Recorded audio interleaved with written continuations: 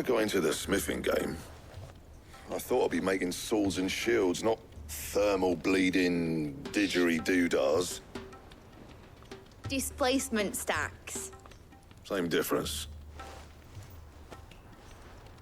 Whatever you call it, I ain't putting it together in here. It's cramped enough as it is. Let's take this outside. Mid, you get all the parts lined up on the deck. I'll take care of the rest. On my way. Oh, and bring me the biggest hammer you can find. This is gonna require some precision walloping.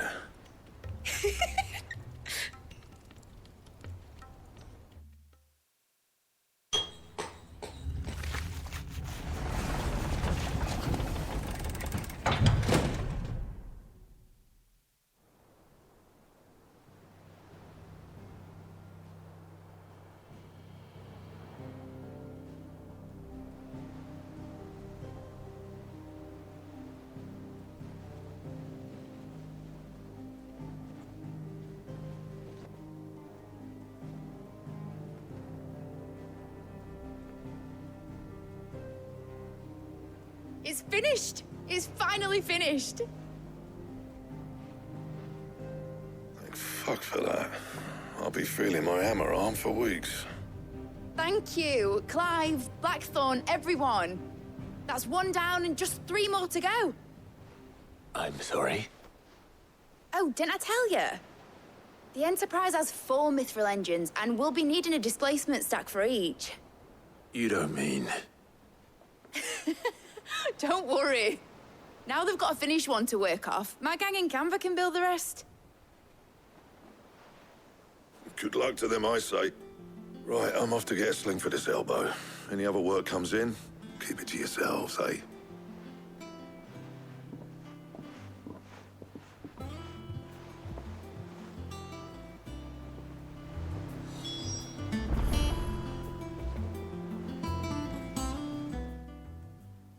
What's the matter? Nothing. Just daydreaming. Thinking about the Enterprise sailing off over the horizon to shores unknown. Searching for a land untouched by the Blight. Just like me and my dad planned. So if the worst came to the worst and every scrap of soil in the Twins turned black, we might still have a chance. That's what she was meant to be. You see, one last chance just in case we needed it. But now she's so close to being finished, I've realized I don't want her to be that. I don't want her to be just a lifeboat for us to cling to if things get desperate. I want people to sail aboard her by choice, not from the lack of it. In a world where we're not just trying to survive, but where we can actually live. I'm working on that. And I'll do everything I can to get you what you want. Don't you always? All right. My mind's made up. As soon as the Enterprise is fit to sail, I'm putting her under your command. Sod our plans, I'm trusting in yours. Are you sure about this? Something tells me it's what my dad would have wanted. He'd be proud of you. You were gonna visit his grave, weren't you? I was. And you can come too now that your little project is finished. Right. There's just one thing I need to finish up first. Won't be a mo. All right. I'll let Otto know you're coming. Meet us in the mess when you're ready. Aye, aye, Captain.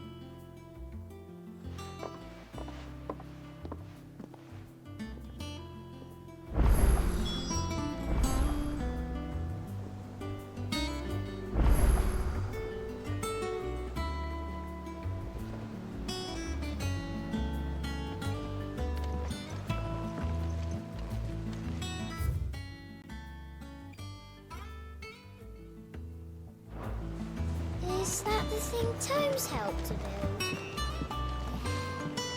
He said it was some sort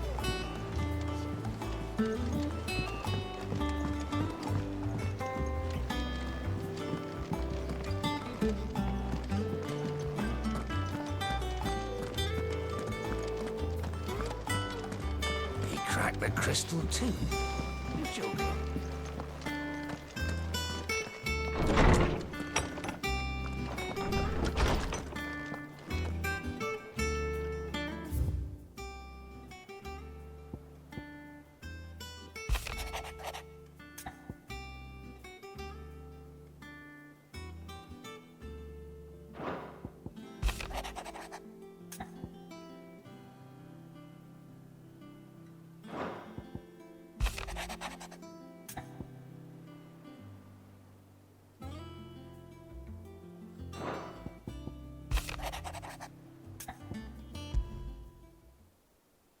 Trouble with the ledgers. Shouldn't he be asking Otto for help?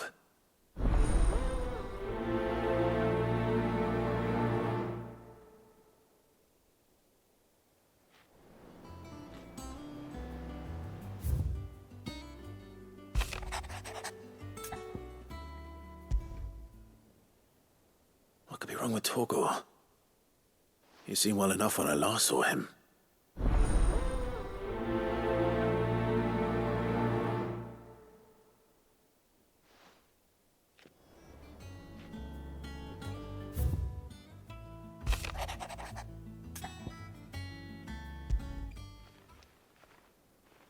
Hopefully it's nothing. But I should speak to Blackthorn just in case.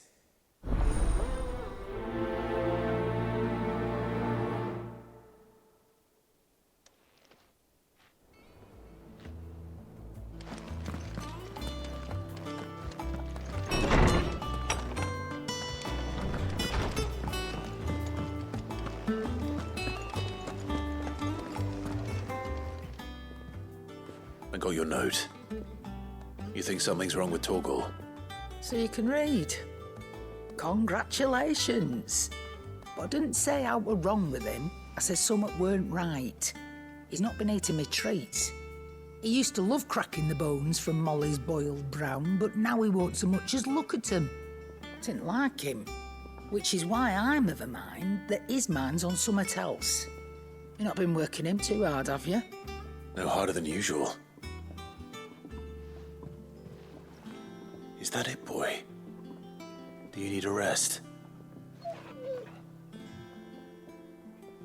What was it you said he was? A frost wolf? That's what the lawsman seems to think. Then maybe this all has something to do with whatever it is that's woken inside him. I suppose things have been different since Rosalith. Perhaps Hippocrates knows something. Instead of everything, you mean? Perhaps.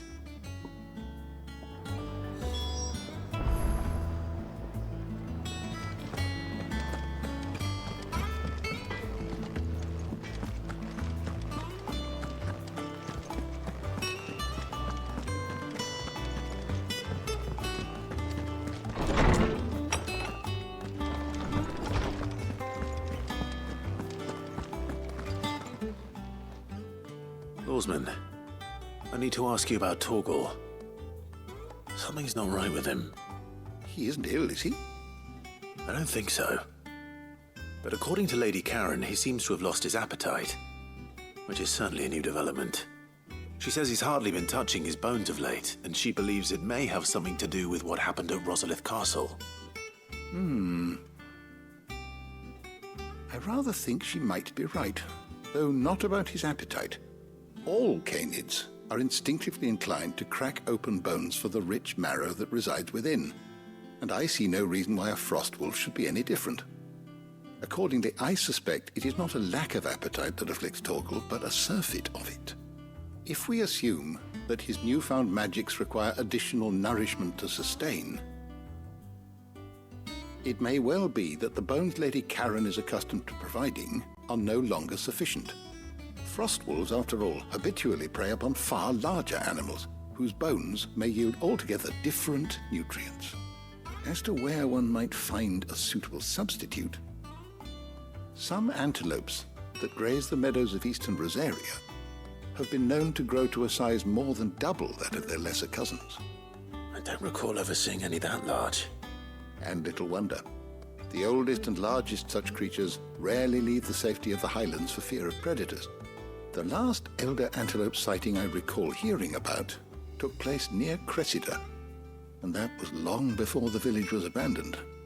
Even so, it seems like a good place to start. Good hunting, Clive.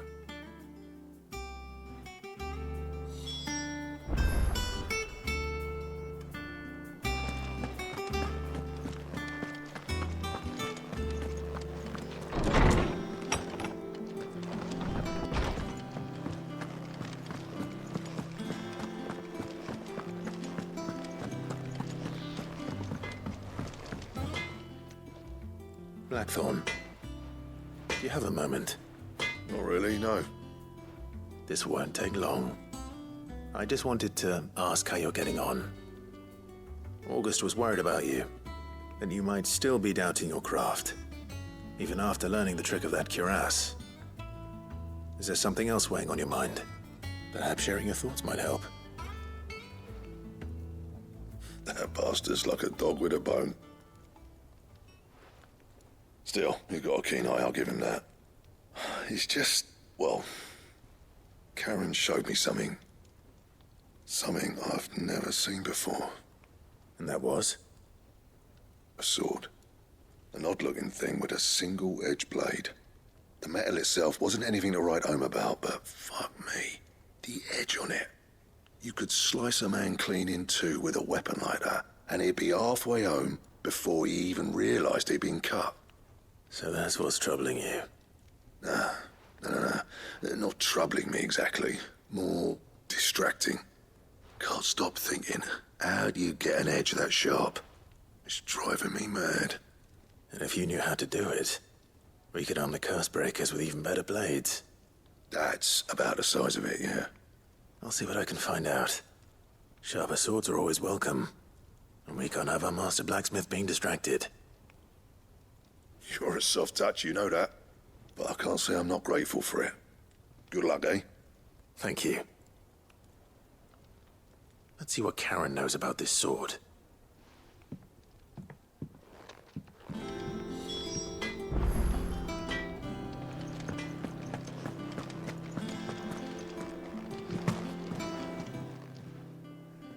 You're looking well, Charon. What do you want? Out with it. I want to know about the sword you showed Blackthorn. Single-edged and extremely sharp. Running around after him again, are you? I suppose I am, yes. But I need to help him find out how to work an edge like that. It's driving him to distraction. Little wonder, I suppose. There's not many like that make it as far as the twins, and those that do go straight into private collections. Which made it nice and easy finding a buyer. Can you tell me who bought it? Where is it now? You think I tell people who my clients are? Suppose you're not likely to go nicking him off me, are you now? Fine. If you stop mooning at me like that. Lord Ignac's the man you want. Dalmekian bloke. Collects weapons and the like. And he's got more money than sense, which is why he's one of my favourite clients. Reckon he'll still be at the inn in Dalamil, where I left him. Thank you, Charon. Oh, and he's a touch eccentric, if you take my meaning. I appreciate the warning.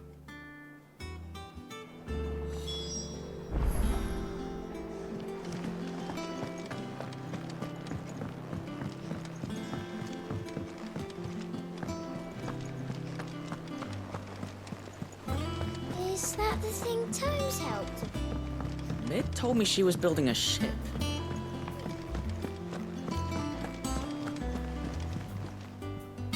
Clive, did you get my letter?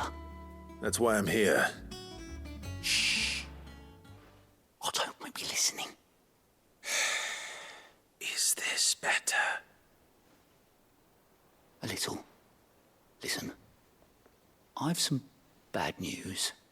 It turns out the hideaway may be slightly behind in its payment to certain lenders, and it may be my fault. But I swear to the goddess, I thought I had the numbers square. Sadly, that square turned out to be more of a circle. Zero, you might say. I can straighten it out, I swear, but it's gonna take some time, and I'm gonna need help keeping it from Otto. Bit late for that, I'd say. There you are! What a surprise! So let me get this straight. You forget to pay our lenders what they're due, and instead of coming straight to me, you get Clive to come to you. And I hope he'll dig you out of the hole you've dug for yourself. Clive, the man in charge of the place you've been cheerfully trying to bankrupt. And you thought this was a cunning plan. Why? Well, who needs paying? Oh, just Martha. And the dame. And, well, Lady Charon, but only 500 talents. We owe 3 of our most trusted friends 5 million gil. Each. 5 million each. They lent us the bulk of the money we used to rebuild the hideaway, you see, and, well, I must have made some sort of oversight. Those ledgers were my responsibility, and it was my decision to entrust them to you. This is my fault. Do we have that much to hand? I can always ask my uncle. No, we don't. And no, you won't. We've lightened Lord Rosfield's purse enough. After the king's ransom we had off him, he deserves better than to see our begging bowl. Besides, we'll need to learn to stand on our own if we're gonna make this work. All right. But that doesn't mean you have to shoulder the burden yourself. Is there anything I can do to help? There might be.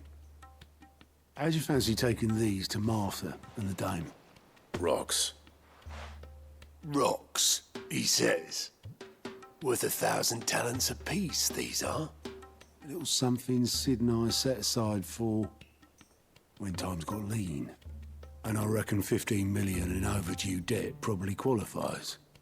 I just hope our associates' eyes are a bit more discerning than yours. I'm sure there will be. Should be me making the rounds, really. But you know how it is with this place. Orders to bark, arses to wipe and all that. I know. Which is why I don't mind going in your place. Go. Do you know why I only gave Master Clive here 2 star rubies? Because you'd rather Lady Charon killed me. Because I'd rather Lady Charon killed you. Yes. Well, I suppose this is goodbye then. Don't worry. I'm sure Charon will understand. Really? Do you think so? No, I don't.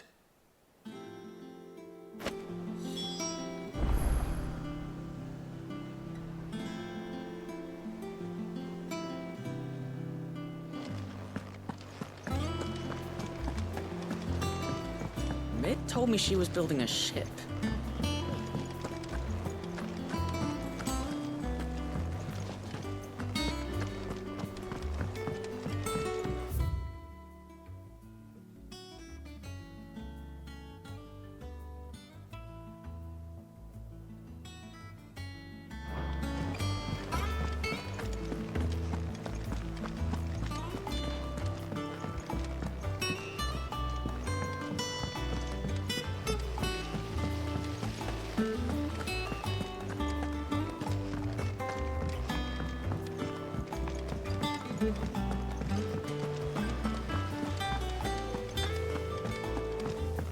Wish I could take one of our birds.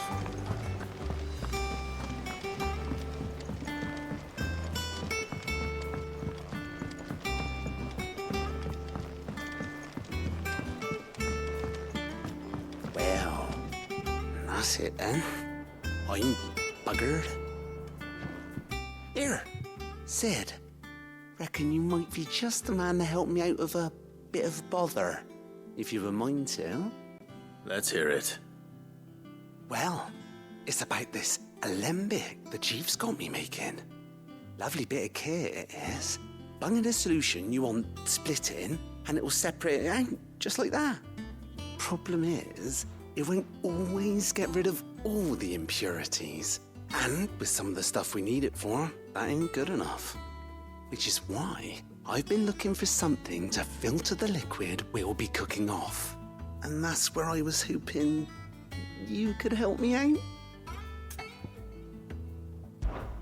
I imagine Ty could get some use out of this alembic too. Distilling medicines and the like. All right. Why not? Proper job! So what exactly do you need for this filter? Nothing but bomb ash'll do, says the chief. Gave me a sample she'd obtained from the university stores. Couldn't believe my eyes. You pour the blackest blight water through it, and it comes out clear as a mountain stream. So, I did a bit of reading about where I might be able to get hold of some. And do you know what I found out? It's only the blimmin' bones of a bomb king. They leave them behind when they die, see? I take it that's where I come in. If you wouldn't mind. I saw a billet on the hunt board for one just the other day. Would have gone myself, but, well, fighting dirty great balls of flame isn't exactly my forte. You, on the other hand... All right. I'll see what I can do. Thank you kindly. And a good hunting, eh?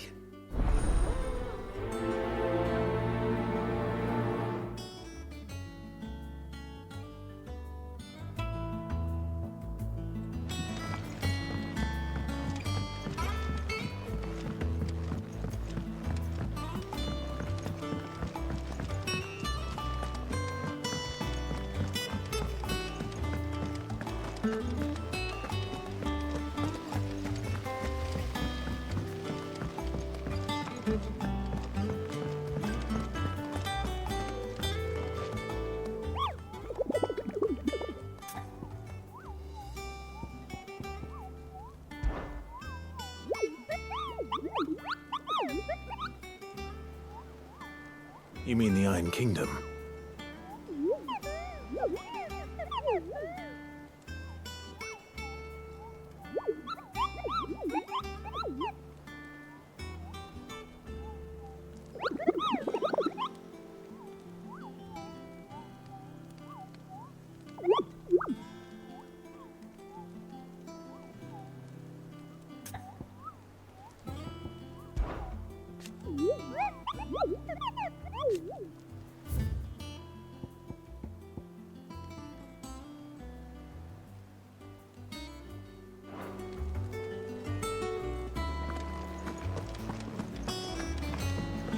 Mid told me she was building a ship. Is that the thing Tomes helped with?